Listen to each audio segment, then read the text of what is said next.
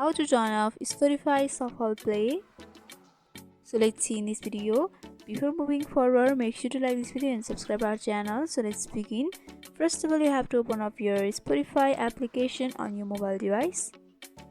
After that, you have to select the album or the song from which you want to remove the shuffle. You can also go to your library, and from over here you can select the artist or your song.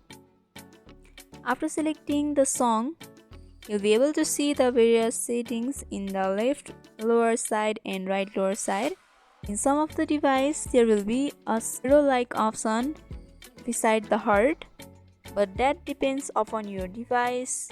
That arrow-like sign next to the heart option is for shuffle. So if you tap on that option like this, then that option will be changed to green color.